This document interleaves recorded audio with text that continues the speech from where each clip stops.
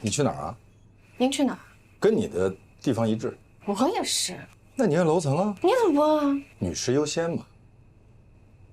根本就不知道黄觉住在哪层，对不对？我可以去找保安，让他调监控。行啊，但我也会去跟保安小哥哥说，哥哥你精神不是很好，容易控制不住自己，所以千万不能让你看监控，而且不能让你随便进小区、进楼道。那我也可以把她的照片发到网上，就说这是我偶然邂逅的一个女孩，我一直对她念念不忘，这是我的真爱人，我让广大网友帮我找到她。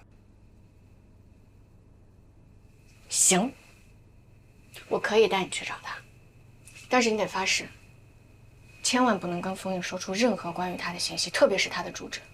为什么？我怕封印会找人去骚扰她。你就不怕我亲自骚扰她？你没那么无耻。谢谢夸奖。这不是夸奖。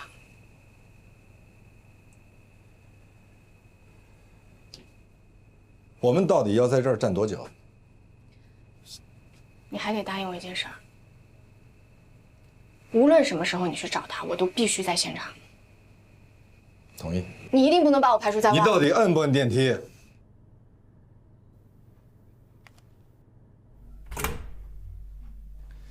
你好，我是罗宾，全景律所的律师，黛西我的助理。有些事情，我们想找你谈一谈。对不起，我没有时间。我知道你做了什么，我们谈谈对你有好处。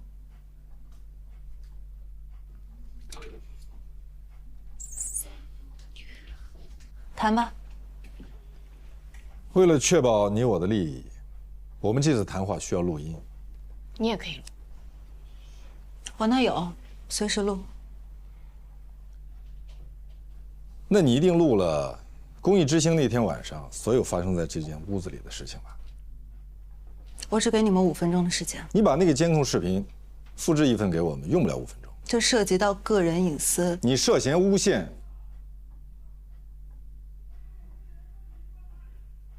那你为什么不去告我呢？因为我认识12岁的你，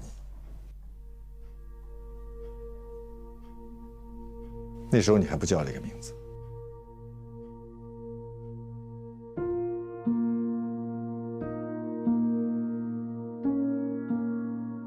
这些我想你应该都还记得吧？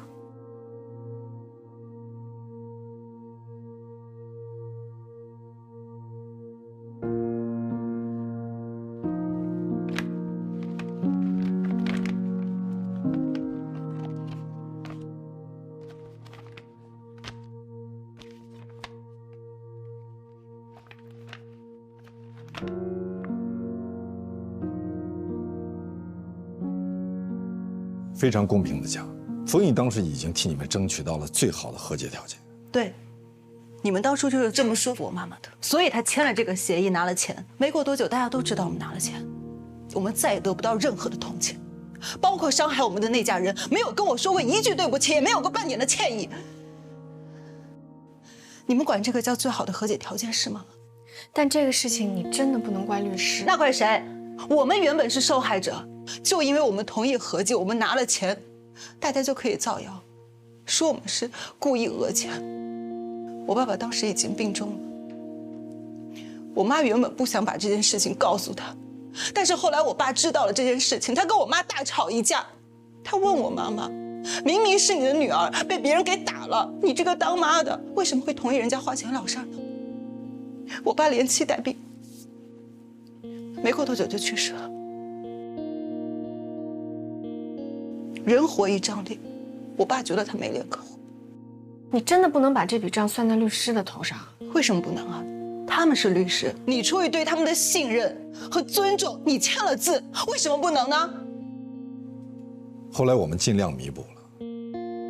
你们的补偿就是建议我换一个名字，建议我们搬家。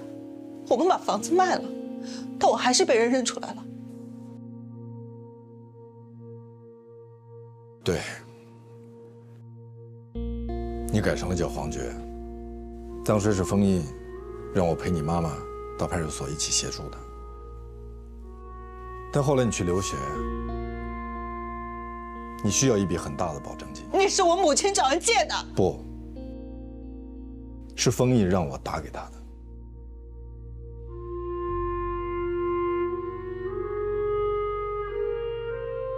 这是汇款凭证。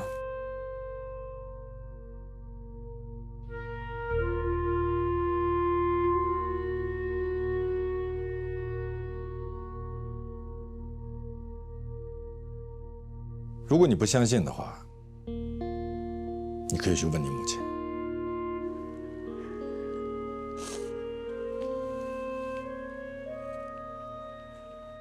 我现在1周去看我妈1次，她已经连我都不认识了。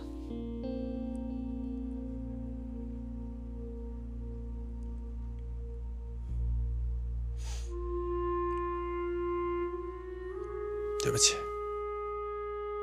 那我现在想请问，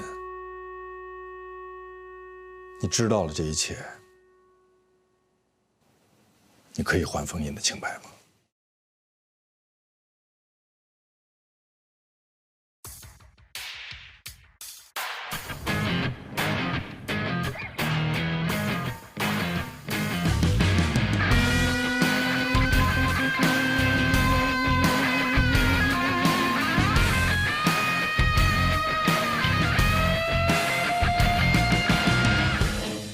以后见我需要预约。我刚从黄觉那儿回来，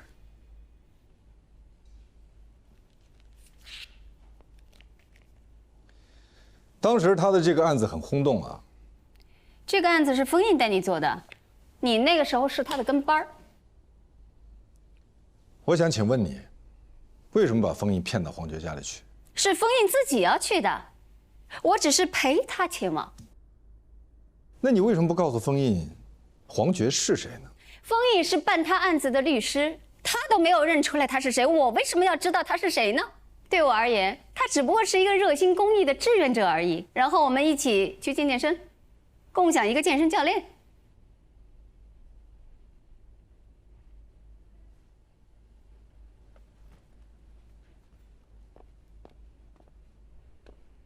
我母亲大部分时间都是糊涂的。但我知道，他对当年的和解协议一直耿耿于怀，觉得自己上了一个律师的当。姑姐就跟我说，解铃还须系铃人，如果封印能跟我母亲道个歉，也许他就能解开心结，唤醒记忆。所以那天，他就把封印带。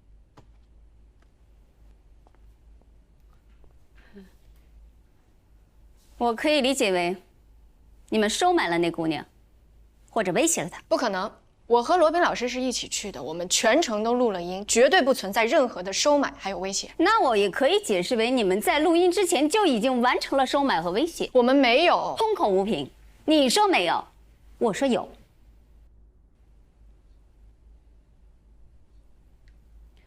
事实上，那天晚上，封印和黄觉到底在那个屋子里发生了什么，我们谁都不知道。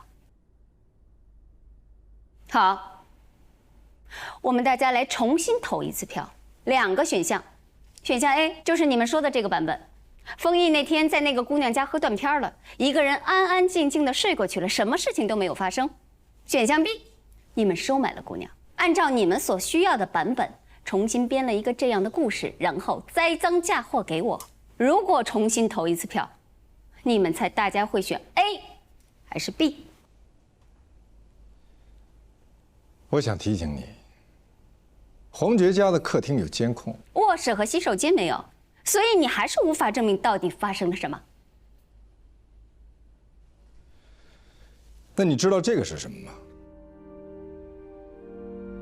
这是你行车记录仪里的储存卡，你和黄觉在车里的所有对话都被记录在里面，包括当时封印昏睡过去之后，黄觉给你打电话，你当时就在车里。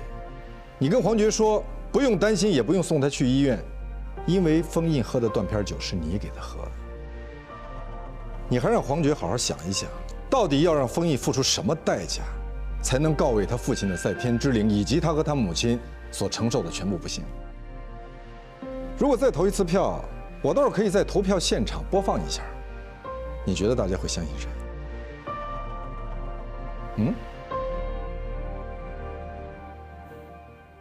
你真卑鄙，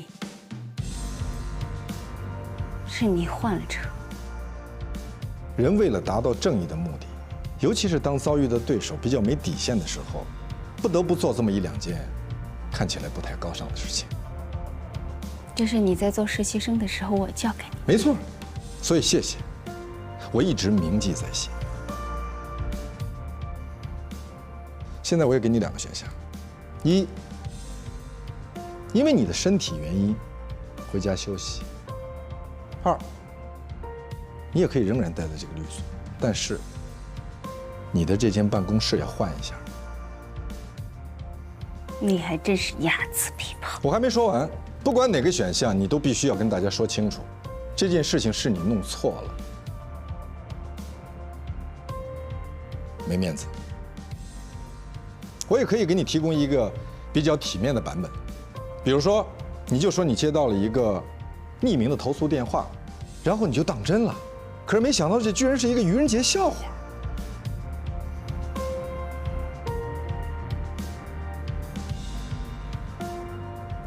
现在，你应该去丰毅的办公室，郑重地跟他说一声对不起。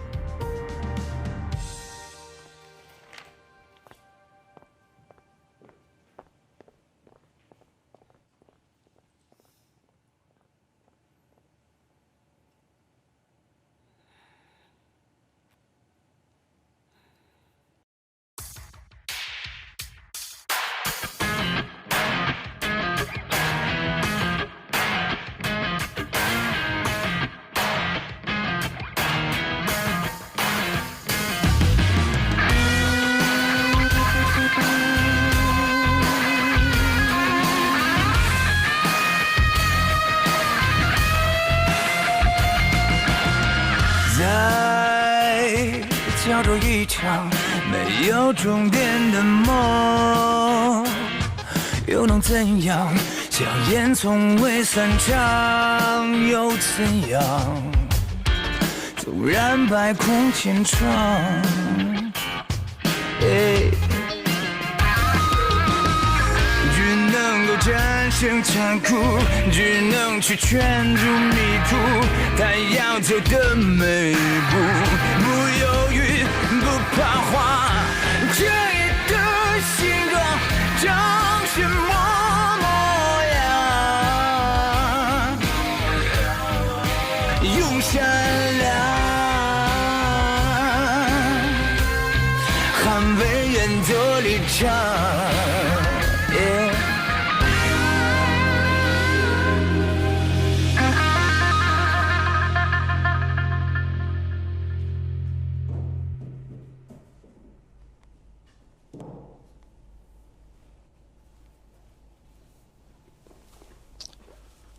其实你可以不走，搬到楼下储物间，你也可以不搬，写个检查。不用不着。那你要怎么样？人非圣贤，孰能无过？你是围棋高手，你靠对方的错误赢棋。不，你不了解围棋。我了解你，你会逼着对手犯错误。是你给我挖了个坑。是你逼我给你挖坑。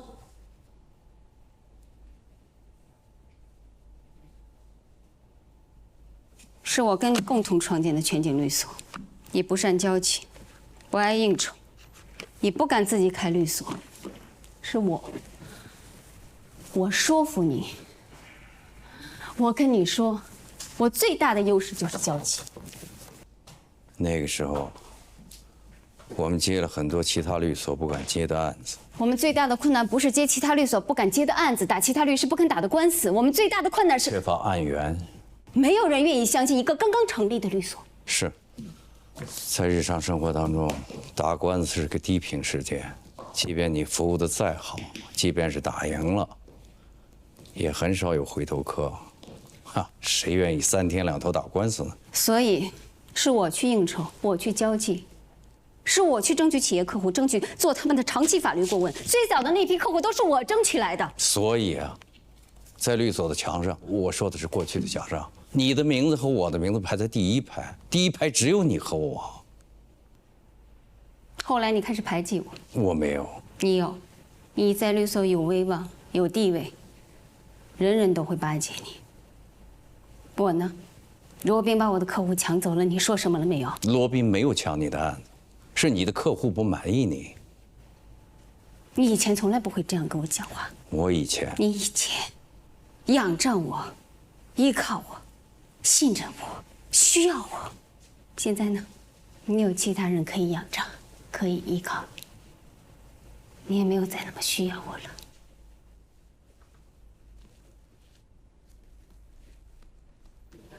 我很后悔，我把我最美好的青春，我最好的时光全部贡献给了全景。现在全景人丁兴旺，兵强马壮，我也没有什么再可以给他的了。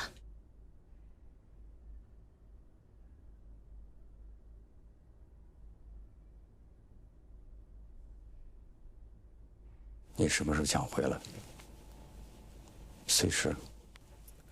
我想带走愿意跟我走的，只要他们愿意跟你走，我绝不拦着。谢谢。那我就把辉耀、东方江和几个客户都带走。不行，你刚刚说还可以的。我以为你说的是带走律师。我当然说的是客户。当然不可以。为什么不可以？他们是我的客户，是我辛辛苦苦维系多年的。所有的客户都是全景的。他们之所以成为全景的客户，是因为我在全景。你太高估了自己了。我可以证明给你看。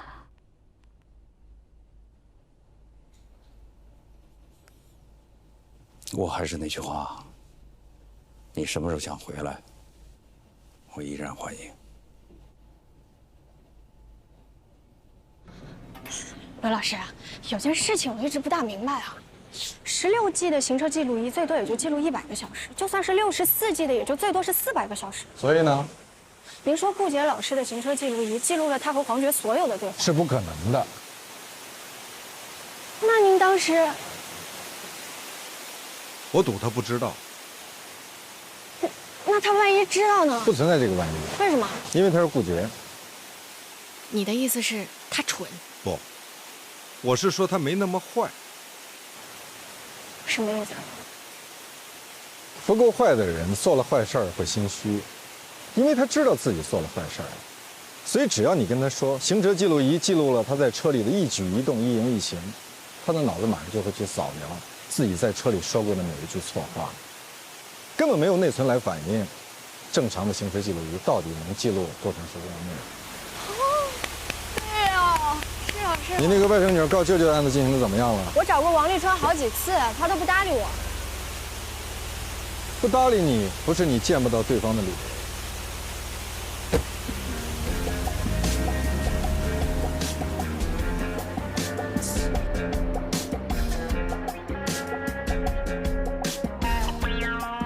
贝蒂斯橄榄油，西班牙的皇室用油，几百年的品质保障。您看一下，这可是原装进口的，不仅实用健康，还能美容护肤呢，最适合您这样的白领。哎，我想问一下，这个发票那个能办那个化工用品吗？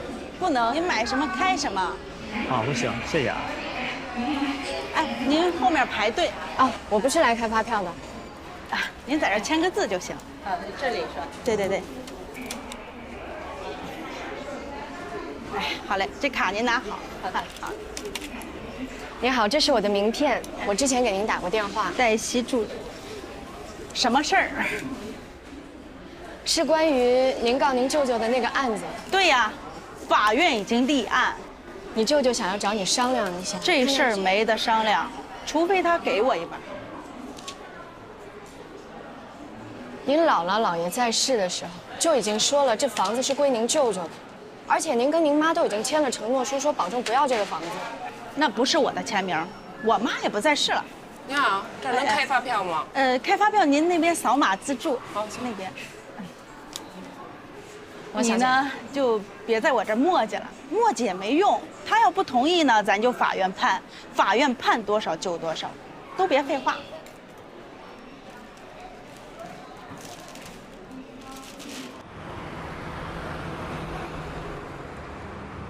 妈，喝水吗？你怎么叫我妈？我不是你妈。那你是谁的妈妈呀？黄觉。我就是黄觉啊。你是黄觉？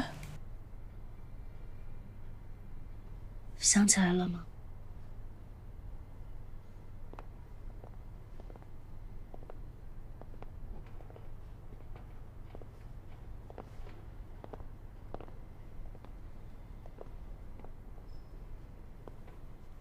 妈，您还记得他们吗？记得。他们是律师。你们来干什么？大姐啊，我们今天来是向您道歉的。我们当年考虑的的确不周全。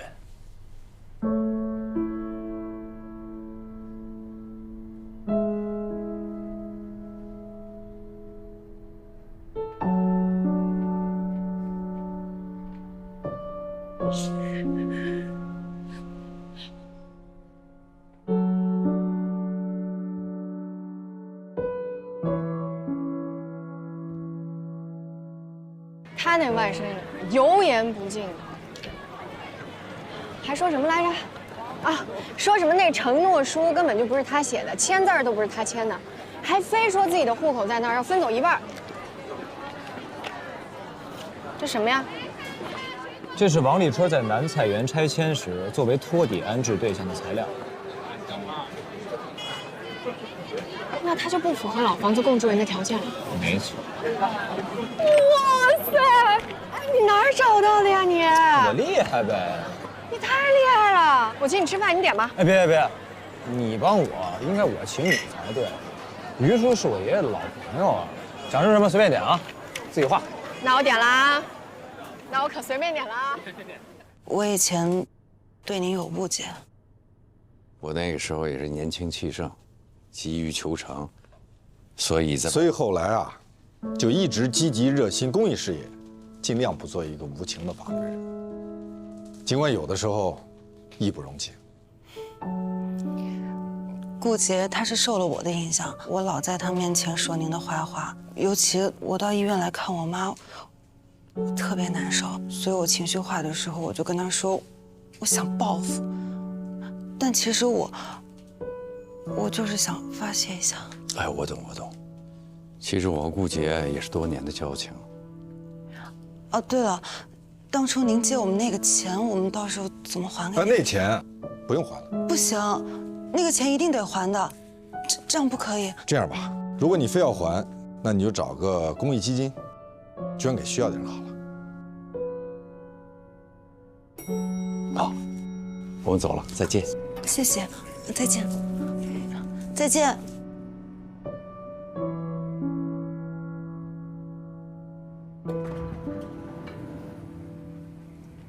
别装傻，怎么回事？什么怎么回事？不是你借给他妈妈那笔钱，没怎么回事。说，您还记得他妈当时老到咱们律师所去找您，您让我接待的吗？我记得。然后呢？他就跟我说，虽然房子卖了，搬了家了，名字也改了，但是还是老被别人挖出来，不得安宁。所以他就想带着女儿出国留学，但是还差点钱。你就借给他了？事实上，我是跟他说，咱们帮他筹集了一笔捐助款。多少钱啊？干嘛？你要还我？不是。你当时哪来这么多钱啊？我结婚的钱。我知道蓝红为什么不嫁给你了。我没这么伟大，是蓝红不嫁给我在先。你一气之下就把那笔结婚的款子给捐了，反正留着也没什么用。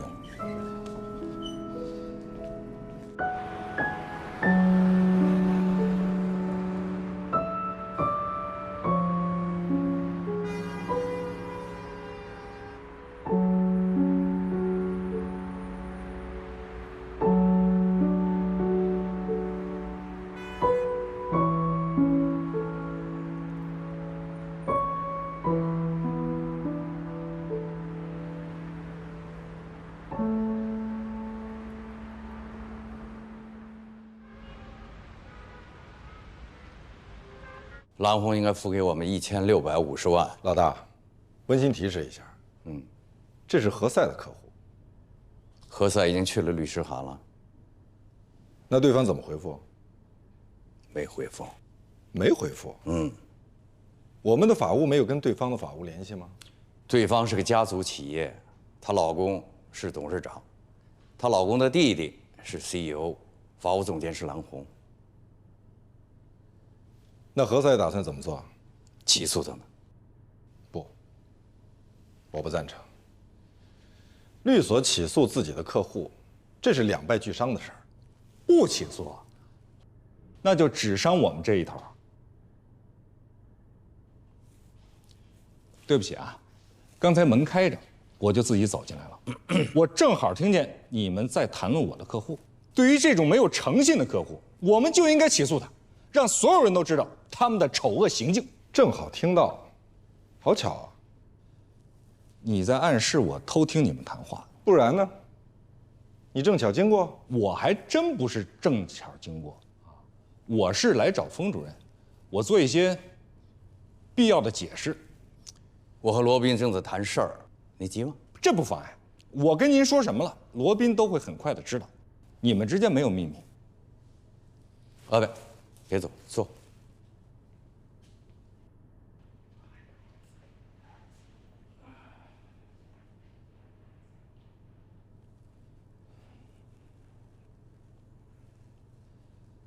之前，之所以我站在了顾杰的一边，是因为我认为当时顾杰说的是有道理的。在很多事情没有弄清楚之前，我也认为，您当时不适合做律所的执行合伙人。现在呢，事情都弄清楚了，啊，您也官复原职了，这是皆大欢喜。你想解释什么？我没听出来啊。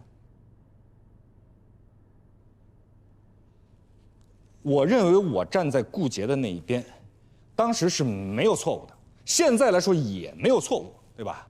但是如果您认为我错了，或者您认为那是我的污点，或者您觉得我就不适合再留在全景了啊，或者是您想杀鸡给猴看，那好，我可以离开全景。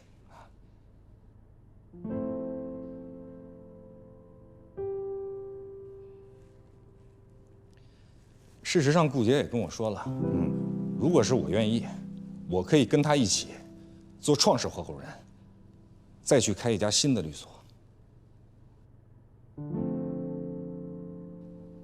何塞，没有人想让你离开。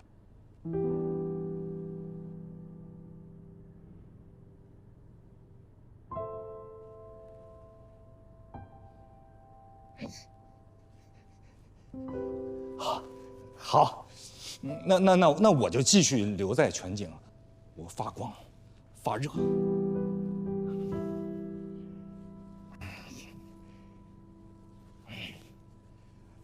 针对这1650万，我认为必须要诉诸法律。对于这种流氓无赖客户，我们绝不能退让，必须起诉。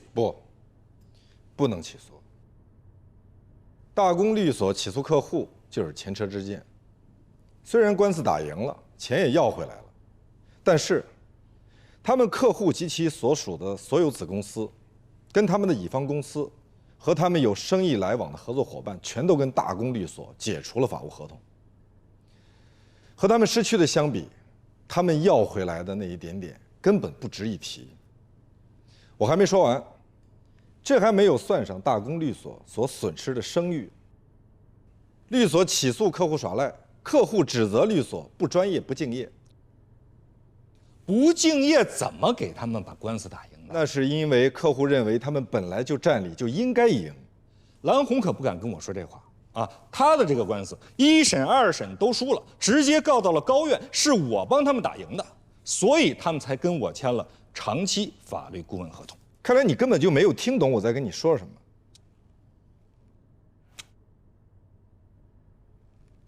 我也不赞成贸然起诉。蓝红手上有几百亿，一个案子，1审、2审历经数年，不单纯是一个资金的问题。他们一直打到高院，就是想赢，而且不计成本。想想啊，这么一个大集团公司，最看重的就是他们的声誉。你们俩再商量商量，打官司是最后的手段，看看能不能除了这个最后的手段之外，还有没有其他的解决方式？那要想办法先去了解了解，到底卡在哪儿了。卡在你前女友那儿了。哎，也许你去能把这钱给要回来。你给我滚出去！这是封主任的办公室，那也滚出去！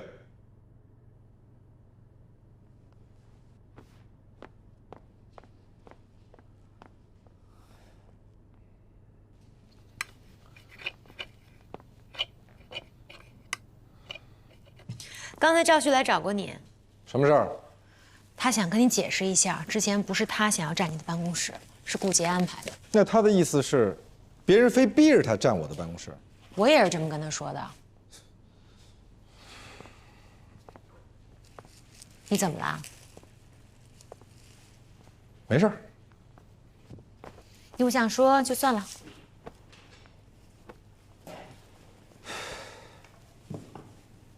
老大交给我一件棘手的事儿，非常头疼。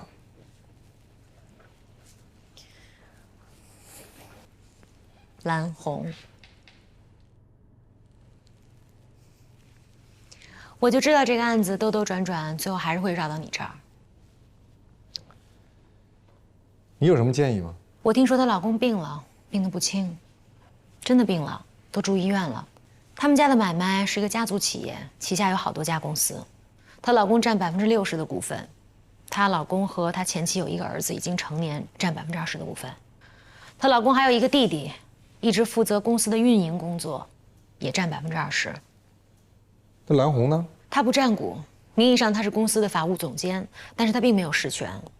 蓝红生的是一个女儿，我听说她老公家重男轻女，每年春节她老公都要回到她家族过春节，就是和她的弟弟那一家，还有她自己的儿子。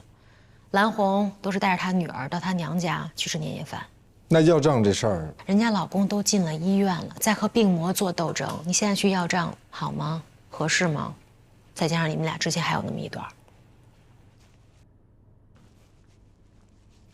我敲门了，我听到了。我刚才给你前女友打了一个电话，鉴于她是她老公公司的法务总监，以及她老公是董事长，所以我跟她说我们要当面沟通。我们？对，我们。我跟她说，我和你，我们一起去拜访她。哇哦！为什么哇哦？祝福你们啊！预祝你们旗开得胜，马到成功。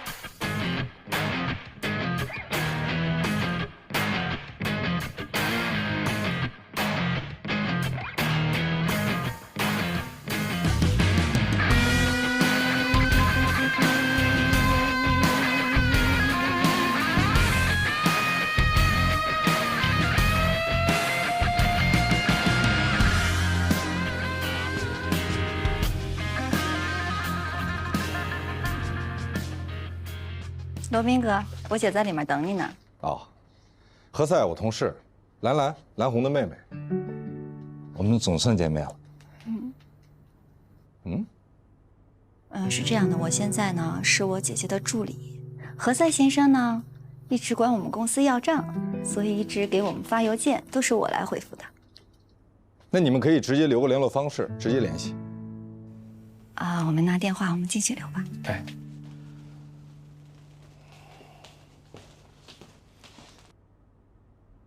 你们是来下最后通牒的吧？我们是来送温暖的，我们是来送温暖的啊。董事长的身体还好吧？这个要问董事长的亲弟弟。兰兰，我说的是实话，他弟弟都不让你去医院呢。那是因为医生说了，脑梗病人容易激动，他生怕他哥见着我跟孩子会太激动了。那现在公司是谁在管理啊？他弟弟。他除了这个弟弟之外，还有没有其他的兄弟姐妹？他父母还在世吗？何塞，你过分了吧？不，我就是提示你一下。你看，如果说你丈夫这边家庭成员还有家庭结构比较复杂的话，那么一定要尽早把遗嘱确定好。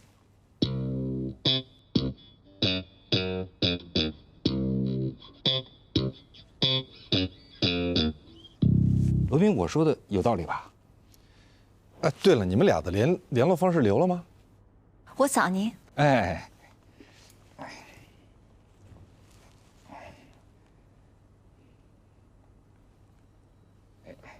姐，我觉得何塞律师说的对，您是应该把遗嘱的事情提上日程。而且这个遗嘱吧，一定要做个公证啊，一定要有见证人。像我们律所呢，也有这方面的业务。这个有些老板吧，提前先走了，然后家里边呢就打成了一锅粥。这一打官司会打很多年，这种事儿咱见了很多。兰兰送客。不，我还没说完呢。尤其像你们家这种市值100亿的家族企业，一旦打起，你们不就是来要钱的吗？那还何必绕那么多弯子，假装关心我老公呢？我现在就告诉你，公司所有的事情现在都是他弟弟在管，他亲弟弟。有本事你就找他弟弟要，我把电话给你。你有本事把刚才说的话当面再跟他说一遍。我跟他说立遗嘱的事儿，他一定会感激我的。不好意思，我们先回了。你多保重，也祝你先生早日康复。我没说完呢。你说完了。不是，哎，我真没说完。真说完了。我姐姐最近喜怒无常的。能理解，能理解。那我跟兰兰再说两句。您说。他见了美女就拔不动腿，而且，不，你陷害我。说起来没完没了。您记得微信给我通过。好的，会通过的。好，留步。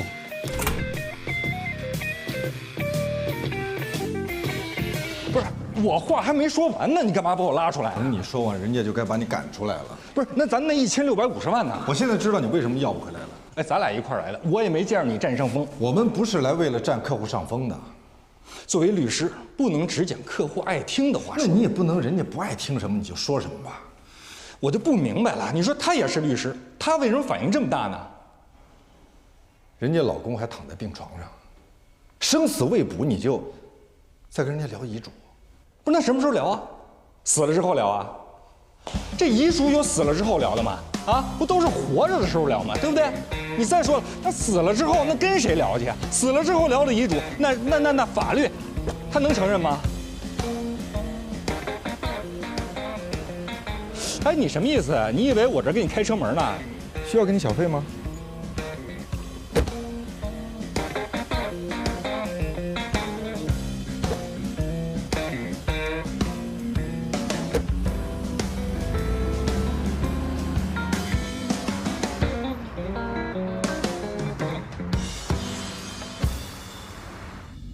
你就不觉得奇怪吗？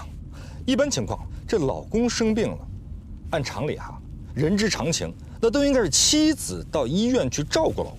可是他们家呢，居然不让兰红到医院去看丈夫，那是人家的家务事儿。我不同意你这说法啊。这婚姻法和继承法管的都是家务事儿，但那说的是发生纠纷以后。一名好的律师就是要帮助客户在纠纷发生以前避免纠纷。帮助客户的前提是要得到客户的认可。如果客户都不接受你，我不管他接受不接受，我就是要尽到一个律师的责任和义务，尽到必要的提醒义务。结果就是你被赶出门外。赶出门外，那是你看到的假象啊，真相呢？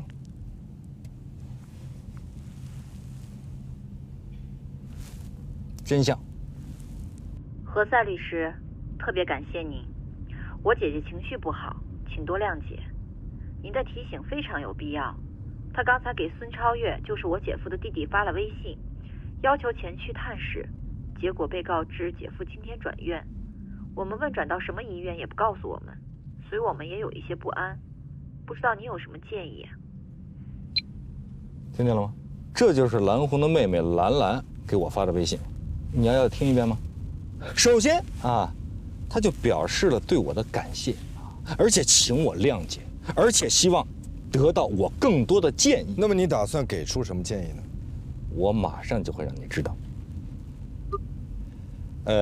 兰兰女士，首先呢，感谢你对我的信任。我给你的建议就是，干什么你？先说给我听听。我为什么要向你汇报啊？我为什么要向你汇报？我为什么要向你汇报？那你的意思是，从今以后咱俩各干各的，谁都不管谁？